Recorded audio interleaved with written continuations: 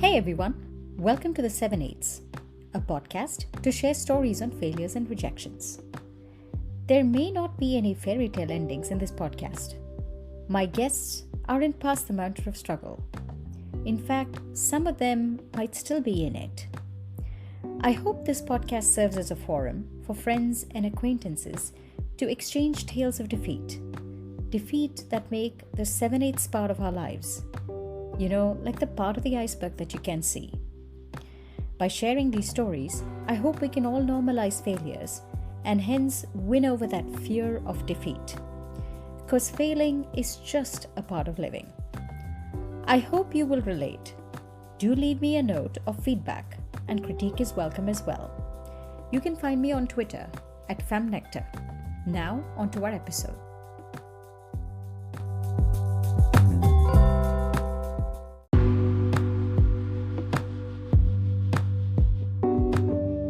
Welcome to episode 10 of TheSevenEighths. For this episode, I invited Rohit Jayakaran, a Dubai-based digital strategy and marketing leader. Rohit and I were high school mates that followed very different journeys. Over the last 15 years, Rohit has gone from being a primetime radio jockey to leading the digital business for Middle East's largest multi-platform radio network.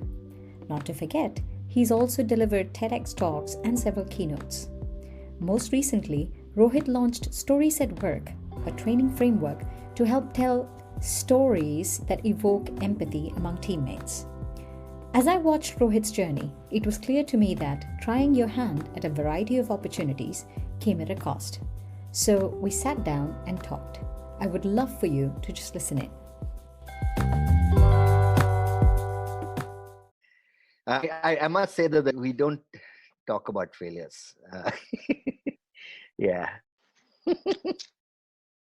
I find it's a little weird to actually talk about failures because that's not something we are programmed to talk about. It's not something that we use as part of our introduction. It's not part of conversations with people you don't really know. Yeah. And when you told me we need to talk about our failures, that's when I kind of looked at things that I would consider to be failures, things that I would consider to be successes. Yeah. And when you think about it, the successes are all because of multiple failures before that. Yeah. So we've known each other since, I don't know, like 15. You actually went ahead to top the school. Yet you went ahead and you pursued a completely strange career, right? Yeah. Not something known as a success. I'm using air quotes here, as a successful career. I mean, we grew up back when engineering or being a doctor were the only two career paths that was considered successful. Anything related to the media was really a plan B, right? But you went ahead and you did that. Yeah. So I am curious to hear from you how you perceived success and failure. And at some level, I'm pretty sure you were constantly battling this perception of success and of failure. Yeah. How did you even get around to articulating, not just to the world around you, but even to yourself, Rohit, you're on the right track? Okay, so to be able to answer that question, I'd have to actually go back a little further back into the past to be able to kind of figure out why that decision wasn't such a tough decision for me. Yeah. And I was thinking about an analogy. We're sort of in a dark room, okay? And in this dark room, there are something like 500 doors. You have well-meaning people who are your family members, who are members of society, those who have gone before us, who stand next to a door and tell us, hey, this is a door that is most likely to make you successful. Mm-hmm. Okay? So they stand next to that engineering door. Mm-hmm. They stand next to the doctor's door, saying, from what we've seen before, the greatest chance of success is when you go through this door. Mm-hmm. For me, at some point in time in my life, I had realized that these were well-meaning people and they were giving you the information based on what they knew would make you successful. Mm-hmm. The only challenge for me with that sort of thinking was the fact that actually you don't know any better than I do. You're basing everything on what you believe would be useful to me. The only challenge with that is there are other doors that can be opened as well. Mm-hmm. And when you go down that path, the only problem is it's a road that's less traveled. Yes. Okay. So that makes you a bit of an explorer, Mm-hmm. sort of a path breaker. Yeah. Who discovers something completely new. That kind of happened to me by chance. One of these things was way back, I think, when I was in the 8th grade. I had the opportunity to participate in a Hindi competition, in an inter-school Hindi competition in Chennai. Uh-huh. Okay, so now this is kind of weird, but you have to understand that I moved a few years before that from Bihar Uh-huh. to Chennai. So from a South Indian perspective, being South Indian myself, Yeah.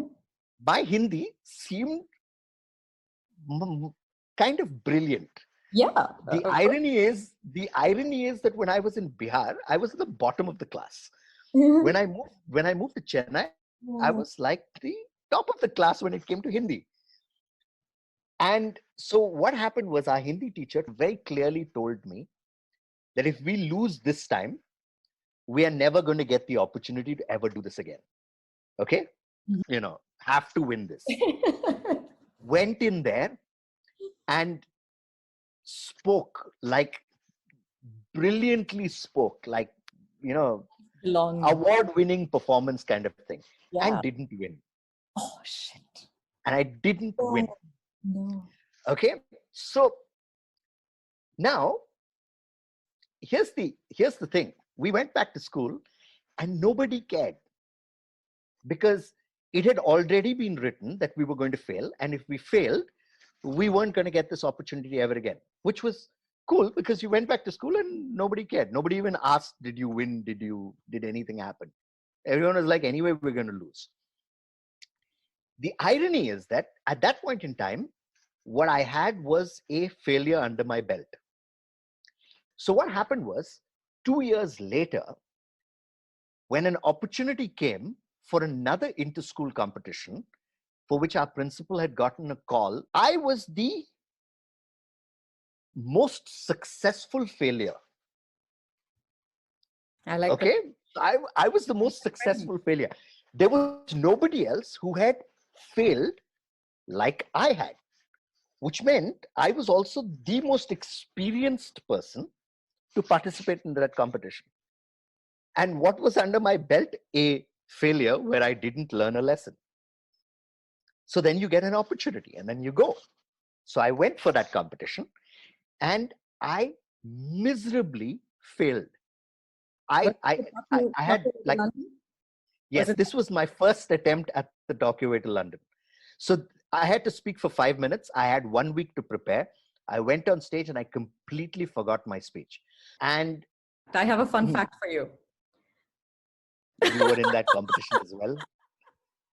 Yes. Would you be the only witness I have? Really? But the only good thing is, I seriously doubt if you'd remember what I said because I failed so badly. No. Nobody would remember me. Yeah. Yeah.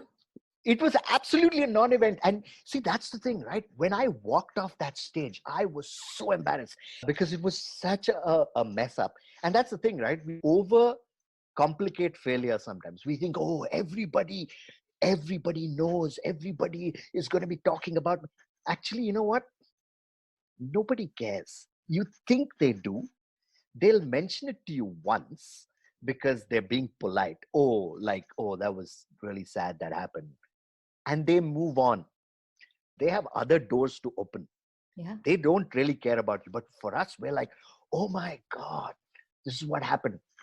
And so I leave. And now I'm like an absolute total failure. And I go back to school the following day. And I told her I didn't make it. And this is the point where people around you can make a big difference when you fail at something. Mm-hmm. Now, she had an opportunity to say, you know what? You are now the biggest failure we've ever had. Okay. Maybe we should give someone else an opportunity. But she looks at me and says, you know what? Try again next year. And what happens is the following year, I go in for this and I fail again, like big time. And this time, the worst thing is I don't fail in the first round. I fail in the final round. Mm-hmm. By the way, I miserably bombed as well. And congratulations. Thank you. But here's how interesting our lives diverged at that point, right? And I walked off stage. But the biggest thing that I am fascinated by is that day I decided, oh my God, I failed so miserably. I'm never going to do this again.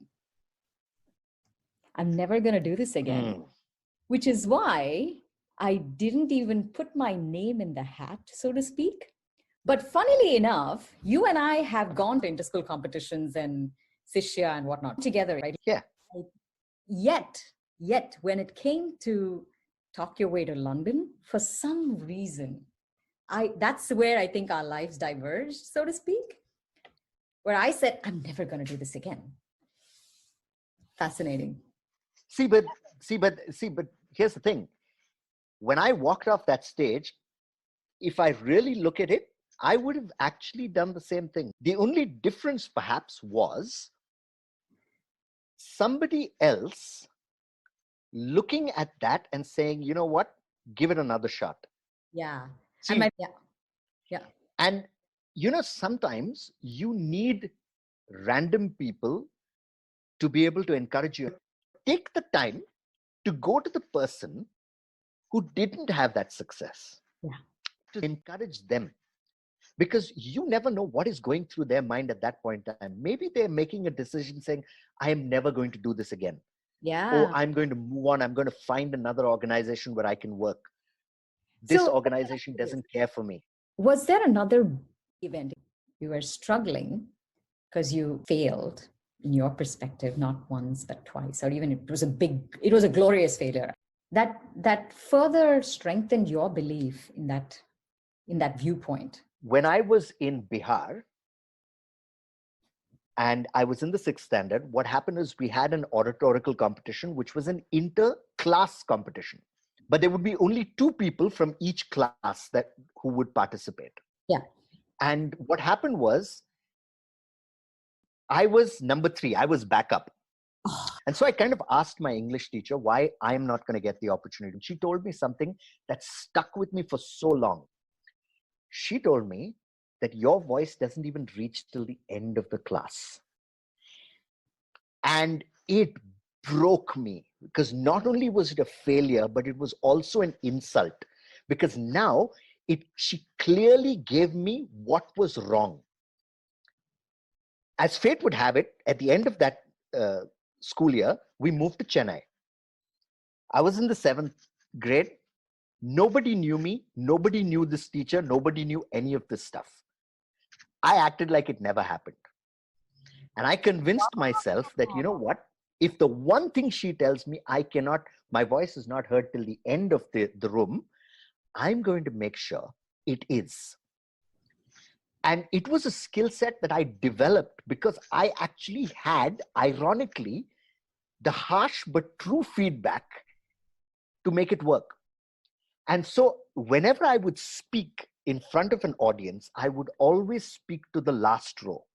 So I would virtually throw my voice. And in doing so, I actually developed my voice to be a lot louder than it would have been had she not given me that really bad feedback that no 11-year-old needs to hear. Wow. And that was the irony, right? You had... Wow. Look at that. I mean, we just have to say it for the record. You are one of the best orators that I have come across, just across the board, right? 2, I remember specifically when we were practicing, or when we were going on stage, whatever be it, you've always said this. Talk to the last person in the auditorium. And I also remember us talking about this, and you've said, hey, you should be able to talk even if the mics are down. I remember the mic going down during one of the Teachers' Day events when we were in 12th. Yes.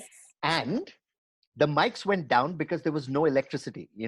That was the wonderful world we lived in. There was no generator. There was nothing. So I walked on stage and I spoke without a mic with 1,300 people sitting in that auditorium. And we continued entertaining them. And it was a success. Yeah. And this is the irony, right? Now, when you look back at all these things, right? Yeah. Both my friend and the other guy, none of them went on to do anything involving talking in front of audiences. For me, this would end up becoming my career. Yes. Okay? So if you really think about it, I should have done that in the 6th grade. But the reality is, had I not failed and had that brutal thing, and I remember this teacher's name was, I think, Miss Poonam Sahai.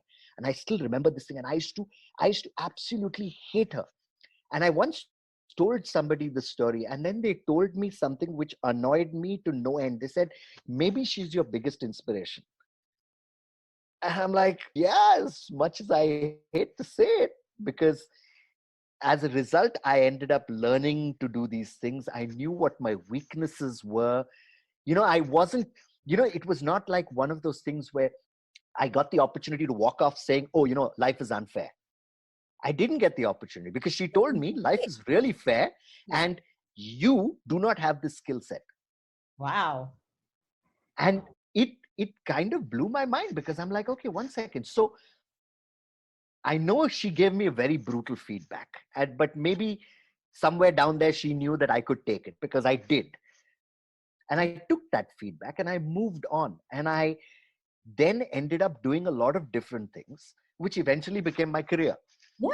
Yeah. I'm just reflecting on sort of what you just said about Miss Poonam Sahai giving you that candid, hurtful, insulting feedback about what you lacked. And I realized there have been a lot of people that have done that with me as well. But I wasn't mature enough, or even now, I'm probably still not mature enough to internalize that and say, this is a gift. Somebody is taking enough interest in me to tell me exactly what I am doing wrong. It does take some time. Sometimes getting that feedback immediately from someone, it might not be the right moment.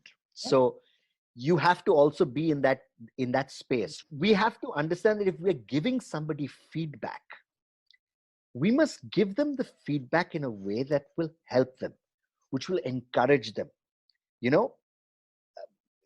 and that honestly is a challenge because it's not easy to do. It's a skill.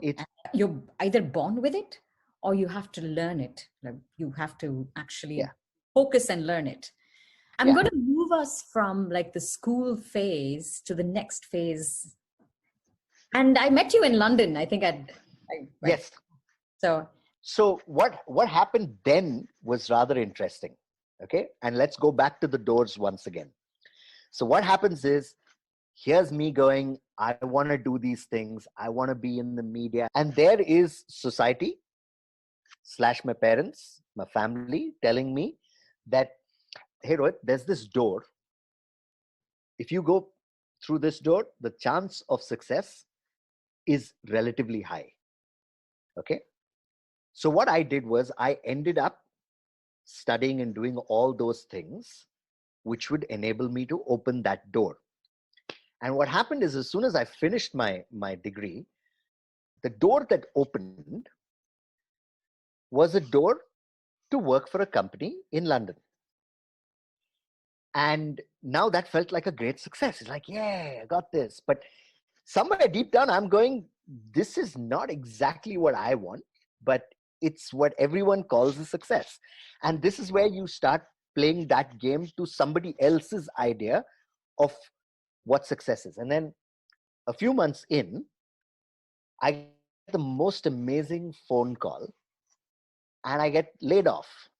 And yeah, so now this feels like perfect, right? It's the exact recipe for failure. But sometimes what happens is it works out really well, because then I'm going, I don't really want to do this. I want to do something else. So you know what I did? I went and signed up to study drama in London. And then I signed up for a radio production course and then a radio presenting course. And then I told my parents, I'm moving back to India and I'm going to join a radio station. My folks kind of freaked out, tried telling me, no, this is not a good idea, do this. And I was like, you guys asked me to go through this door. I did. Now I'm kind of done going through this door. I want to try doing something else. I want to try another door. And that meant I had to move back to India. I moved back to India and I got a job working for a radio station. Moving to radio, it was completely different, because one place I wore a suit and a tie. Yeah. And the other place I wore funky t-shirts. Yeah.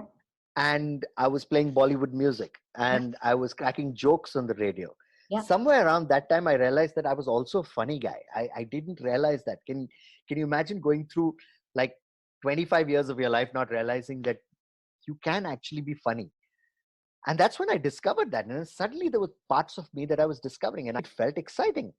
It felt like I was in the right place. And then because I was doing something that I really liked doing, I was doing a lot more of it, and I was putting a lot more into it, and I was learning a lot of other things around me. Mm-hmm. So I learned different things that I would have never learned had I not had that failure. And then I moved from one station to another station, and then that station suddenly decided they're going to change the language they broadcast in, which meant I'm going to be unemployed again, which meant I had to move from there. So I moved from there and I moved to Dubai, and I was doing radio, but there was this opportunity on this new thing called social media. And all these things that I loved doing, like photography and videos, and I never realized that I was a techie. Like I was good with technology and I could get it. I understood it. And a lot of that happened because people would, as a backup, they would come to me saying, Rohit, you kind of know how to use cameras and the computer and stuff. Why don't you do it? And at that point in time, I wouldn't know how to do it. Now, that means taking on that project is 100% guaranteed failure. But what I would do is like, okay, you know what? Let me do it. So what happens is, at that point in time, I would learn how to do it. Mm-hmm. Then I would do it. Mm-hmm. And I would work hard enough so that I didn't fail at it. And then they'd be like, oh, this is wonderful. Why don't you do it again? And the parts that I didn't understand, I was just going out there and learning. And then that led to another thing, and then I ended up heading up our digital business at the radio network. Mm-hmm. I'm like, okay, then I need to learn more. And it became a habit. It became a habit to start learning. And that kind of changed the person I was. Talk to me about your harshest setback, the one that you struggled with. It could be something that you're even struggling with right now. You haven't figured it out. Oh, we're always in the middle of some success and some failure. This is the one thing I think we need to remember. I think we always believe when we're in school, we get into a great college, that will be success. But that's one. Then you have some other thing. It's a never-ending process. I think every day you have successes and failures. You have micro successes and micro failures. And everything that we have on this planet is actually a problem, right? What were some of your coping mechanisms? For me, most often my coping mechanism has been time. And giving myself a certain amount of time.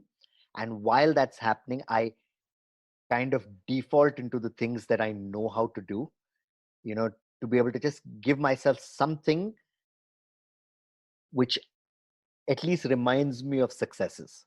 Yeah. One of the reasons I moved to Dubai, actually the only reason I moved to Dubai, was the fact that the radio station I worked for decided one fine day that they're going to change the language they broadcast in. Like, okay, dude, you hired me for this other language. And if you're a radio presenter, right, that means unemployment, Yeah. because how do you've now changed the language. I didn't want to move to Dubai. But when I was virtually forced to do that, I was very, very bitter. I was extremely bitter. I looked at everything with a great deal of cynicism, and I was like, oh, everyone's out to get you. And it kind of made me a miserable person for a considerable amount of time. And I think somewhere there, the autopilot thing kind of kicked in for me, and it kind of worked because, there were things that I was falling back on, and I kind of knew how to do certain things. So in that autopilot mode, it kind of became a little better, and I kind of made it through. But it was pure luck, because it was time. It was just having the ability to fall back on things that I already knew. So there was no secret sauce. How are you different today, given your innumerous amount of failures in the past? Are you able to even put that learning into action? Have you built a muscle memory for it? The only muscle memory I've probably developed is to know that a, a series of failures is usually followed by a success. Okay? Yeah. That's the only muscle memory. My problem is I do not know how many failures you need to have to be able to succeed. Yeah. I do not know how big the failure needs to be for the success to be big, but I can guarantee you this. Yeah. At some point in time, it ends. For a short period of time, and then we move to the next thing. Yeah. See, and that's the thing, right? But think about failure as, I probably in that moment did not know how to do this. Yeah. Which means there is a learning opportunity, right? So which means now I can learn how to do it. So you go back and you learn how to do it. And as you do this, you start learning a range of different things that work, that don't work. And the irony is, in this whole process, you actually get smarter. Yes. It's the strangest thing, right? So all these learnings that you have will be used somewhere or the other. If it's not used right now, it's used to annoy your grandchildren, to tell them stories about what you learned. And you can inspire them saying, you did these amazing things. If that's the worst thing that's left out of it. That's true. That is true. The worst thing to do in a failure is to walk away from it going, you know what? The world's not fair. They're just out to get me. You know what? I was perfect. They don't like me. Yeah. And you walk away. Yeah. And you walk away, and that's the moment where you will end up, to a great extent, bitter, cynical, and you will not help yourself. You will not help anybody else. Yeah. And what's the point of that? Social media has given us this false idea of beauty, of success, of celebration, of and we feel bad if we've posted something and someone hasn't liked it. Yeah. How sad are we becoming as a human race? We start believing that success happens to these people all the time. Like LinkedIn, like it's amazing. Nobody fails on LinkedIn. There's no failure. LinkedIn has no failures. That's true. It's like, everything's going great. Find that good bunch of people around you who are real and are tangible. They give you tangible love and affection. Yeah. Yeah. And if you can share your life with them, it's much better than sharing your life through a filter on Instagram or through a dance on TikTok. And at least now some people are talking honestly about the fact that they're looking for jobs, but that's great. Yeah. Because it keeps it real. It's That's true. what life is, right? Yeah. Um, Yeah. I really liked a couple of key things that I heard in our conversation, right? To me, just the fact that you said we're always in the middle of a success or a failure, except, we don't recognize it or realize it. And yeah, the fact that it's micro successes and micro failures. yeah, Just admitting that you were bitter, you were miserable. Hey, I don't have a secret sauce. I just let time heal the wounds. As sad as it may sound, people don't really care that much for our failures. Like, they keep moving on. yeah. So that's where the opportunity is. Yeah. Reinvent yourself. Sure. You know, keep the learnings in. That's really helpful. So thank you. Yeah. It's great having this conversation. I just hope that someday someone will say, you know what? We've seen your successes on your CVs. Now, to get this amazing job at this amazing company, we need to see all your failures. And that's when we'll be writing out our failures like the biggest failures ever. That'll be an amazing day. Yeah. Yeah. Thanks again, Rohit. This is fun. Pleasure.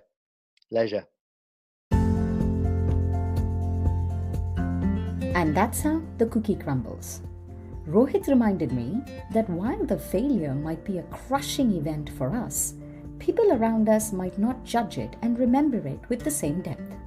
People are busy with their own lives and they just simply move on. So there isn't any point in dwelling in our past failures and worrying about the perception of the world. I liked how he called out the fallacy around big failures. It is true that we're always in the middle of a micro success or micro failure. So there isn't really one big failure. It is just a series of micro successes and micro failures. And lastly, take the shot, even if the chance of failure is 100%. The worst outcome is that you fail, but you will come out learning something new. Thank you for listening to this episode. Do share your thoughts. I am on Twitter @FemNectar. Until the next conversation. Cheers, guys.